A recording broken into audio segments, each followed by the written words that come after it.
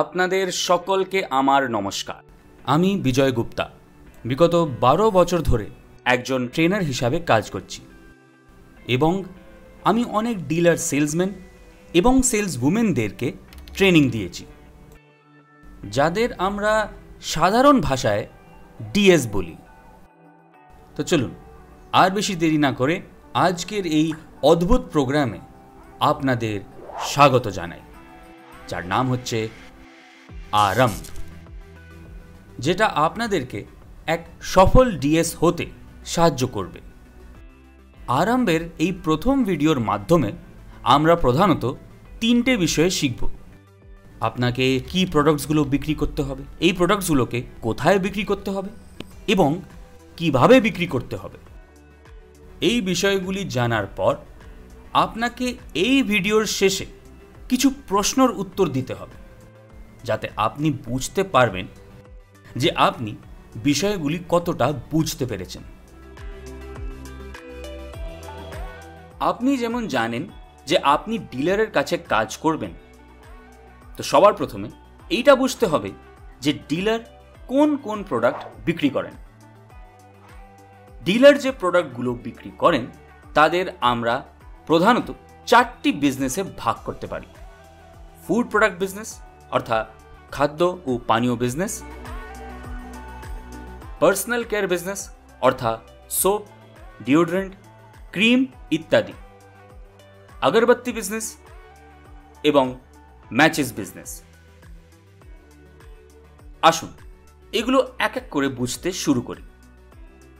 Food products অর্থাৎ খাদ্য ও পানীয়, যাদের আমরা আলাদা আলাদা ভাগে ভাগ করতে পারি, একেই ক্যাটাগরি বলা হয়। এই ক্যাটাগরিগুলি হয় আটা, নুন এবং মশলা অর্থাৎ staples, biscuits, snacks, noodles, pasta, confectionery, juices, coffee, chocolate ইত্যাদি। এই ক্যাটাগরিজগুলির আবার আলাদা আলাদা ভাগ হয়, যাদের সাব ক্যাটাগরি বলা হয়, এবং এই সাব ক্যাটাগরিগুলির আলাদা আলাদা এসকেইউ হয়, যেগুলিকে দোকানে বিক্রি করা হয়। উদাহরণ হিসাবে বিস্কুটের সাব ক্যাটাগরিজ হয় যেমন ক্রিম, কুকি, মারি, গ্লুকোজ ইত্যাদি। একইভাবে স্ন্যাক্সেরও সাব ক্যাটাগরিজ হয়, যেমন potato chips, Mad Angles, Tedhe Medhe, namkeen ইত্যাদি। আটার মধ্যে সাব ক্যাটাগরিজ হল multigrain, Select, sugar control, popular আটা ইত্যাদি। এখন পার্সোনাল কেয়ার প্রোডাক্ট সম্পর্কে আলোচনা করি।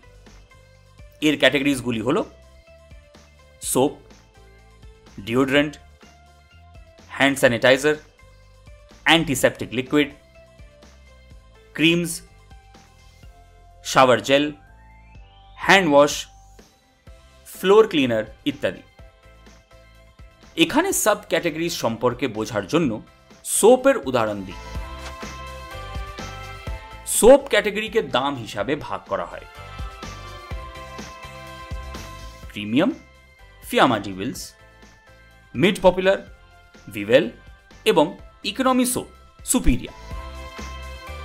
বাকি সমস্ত পার্সোনাল কেয়ার ক্যাটাগরিজ এর বিষয়ে আপনি ডিলারের কাছে জানতে পারবেন। একইভাবে ধূপ এবং আগরবাতি নিয়ে আমাদের আগরবাতির ক্যাটাগরি হয়। এখানেও আগরবাতির আর ধূপের সাব ক্যাটাগরি দামে হিসাবে নির্ধারিত হয়। এবং তারপর আছে সেফটি ম্যাচেস। এই সমস্ত বিজনেসের ক্যাটাগরিজ এবং সাব ক্যাটাগরিজের বিস্তারিত বিবরণ আপনি ডিলারের কাছ থেকে পেয়ে যাবেন। আসুন এখন আমরা দেখি দোকানে আমরা আসলে কি বিক্রি করি। দোকানে বিক্রি হওয়া প্রতিটি প্রোডাক্টকে আমরা লাইন অথবা এসকেইউ বলি। এসকেইউর মানে হয় স্টক কিপিং ইউনিট। এটাকে আমরা নিজের সাধারণ ভাষায় লাইনও বলি। আসুন এটাকে আমরা একটা উদাহরণের মাধ্যমে বুঝি। মমস ম্যাজিক কুকি বিস্কিটের আমাদের দোকানের যদি অর্ডার থাকে 5 টাকার বাটার কুকি, 5 টাকার কাজু কুকি, 10 টাকার বাটার কুকি, 10 টাকার কাজু কুকির, তবে এদের এসকিউ বলা হয়, অথবা এদের 4 লাইনসও বলা যেতে পারে। একইভাবে যদি কোনো দোকানের অর্ডার হয় 5 টাকার টেড়ে মেড়ে, 10 টাকার ম্যাড অ্যাঙ্গেলস আচারি, 10 টাকার আলু ভুজিয়া, তাহলে এদের আমরা 3 এসকেইউ বা 3 লাইনসও বলতে পারি। এখানে মনে রাখতে হবে যে আপনাকে কোন ক্যাটাগরি বিক্রি করতে হবে তার ডিলার আপনাকে নিজেই জানিয়ে দেবে। আমাদের বিজনেস ক্যাটাগরিজ এবং সাব ক্যাটাগরিজকে জানার পর এখন বুঝতে হবে এগুলি কিভাবে এবং কোন পদ্ধতিতে দোকানে উপলব্ধ করাতে হবে। প্রোডাক্টগুলিকে দোকান পর্যন্ত পৌঁছানোতে ডিএস এর ভূমিকা অত্যন্ত গুরুত্বপূর্ণ। প্রত্যেক ডিএসকে প্রত্যেক দিন 30 থেকে 40টি দোকানে মাল বিক্রি করতে হয়। সপ্তাহের প্রত্যেক দিনের জন্য নির্ধারিত দোকানগুলিকে একটি বিট বলা হয়। ডিএসকে প্রত্যেক দোকান থেকে সপ্তাহে একবার অর্ডার নিতে হয়। উদাহরণস্বরূপ বলা যায় যে মাসের প্রথম সোমবার যে 35 দোকানের বিটে অর্ডার নেওয়া হবে, সেই বিটে অর্ডার নিতে আবার তার পরের সোমবার যাওয়া হবে। আশা করি আপনি এইটা বুঝতে পারছেন যে প্রত্যেক ডিএস প্রত্যেক সপ্তাহে 6টি আলাদা বিটে আলাদা আলাদা দিন অর্ডার নিতে যেতে হয় এবং তারপরের সপ্তাহে আবার ঠিক ওই দিন সেই নির্ধারিত বিটে অর্ডার নিতে যেতে হয়। এখানে স্ক্রিনে খুব ভালোভাবে দেখুন, একটি বিটে 35টি আউটলেট হয়। প্রত্যেক সপ্তাহে এমন 6টি বিট হয়। তো এইভাবে একজন ডিএস এর কাছে আউটলেটের মোট সংখ্যা হল 210। একজন সফল ও পরিশ্রমী ডিএস হওয়ার জন্য এই আউটলেটের সেলস এবং ডিস্ট্রিবিউশনের দায়িত্ব আপনার ওপরেই হবে। এরপর আমরা বিভিন্ন ধরনের দোকানের সম্পর্কে বিস্তারিতভাবে জানব। মনে রাখতে হবে যে দোকানও আলাদা আলাদা রকমের হয়, যেমন গ্রোসারি, আইএসএস, হোলসেল, কেমিস্ট এবং কসমেটিক্স আউটলেটস। এখন এক এক করে এদের সম্পর্কে বিস্তারিতভাবে জানি। প্রথমে গ্রোসারি আউটলেটস। এই দোকানগুলোর সাথে আপনি খুব ভালোভাবে পরিচিত। এইগুলি সেই দোকান যেগুলি যে কোনো গলি, পাড়া, আবাসন ক্ষেত্রে এবং বাজারে খুব সহজে দেখা যায়। এখানে কাস্টমার নিজেদের দৈনন্দিন ব্যবহারের জিনিসপত্র কিনতে আসে। দোকানগুলিতে মনোহারী সামগ্রী বা দ্রব্য যেমন staples, packaged food, personal care products, আগরবাতি, ম্যাচেস ইত্যাদি জিনিসপত্র পাওয়া যায়। উদাহরণ হিসাবে স্ক্রিনে দেওয়া এই দোকানগুলোকে দেখুন।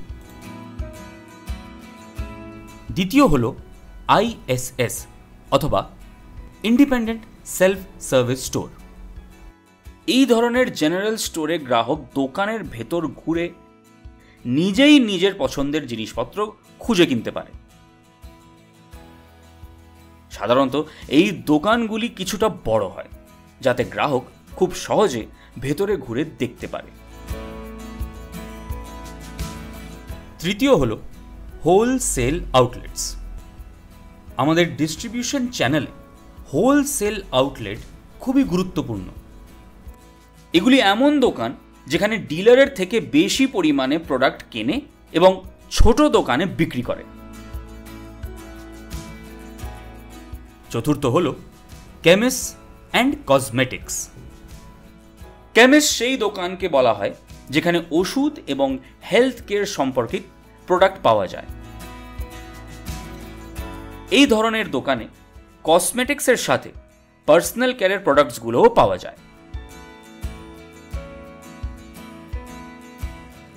এর সাথে আপনার এটাও জানা জরুরি যে সমস্ত দোকানগুলিতে পুরো মাসের ব্যবসা একটি নির্ধারিত ভ্যালুর থেকে বেশি হয় সেই আউটলেট লয়্যালটি আউটলেট হতে পারে, এবং ওই আউটলেটগুলিকে লয়্যালটি প্রোগ্রামের অন্তর্গত অতিরিক্ত লাভ আলাদা আলাদা স্কিমের মাধ্যমে দেওয়া হয়।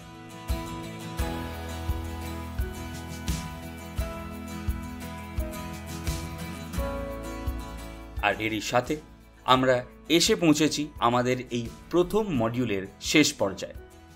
আমি আশা করছি এই মডিউলে বলা কথাগুলির মাধ্যমে আমাদের বিজনেস ক্যাটাগরিজ এবং সাব ক্যাটাগরিজ, এসকেইউ অথবা স্টক কিপিং ইউনিট অথবা লাইন্স এবং বিটে যাওয়ার সময় আলাদা আলাদা ডিস্ট্রিবিউশন চ্যানেলস অথবা আউটলেটস যেমন গ্রোসারি, আইএসএস, হোলসেল, কেমিস এবং কসমেটিক্স আউটলেটসের সম্পর্কে আপনারা সবাই খুব ভালো করে বুঝে গেছেন। এই প্রথম মডিউল এখানেই শেষ হলো। এখন আপনারা প্রাইসিং এবং স্কিমের সম্পর্কে জানার জন্য দ্বিতীয় মডিউলের ভিডিও দেখুন।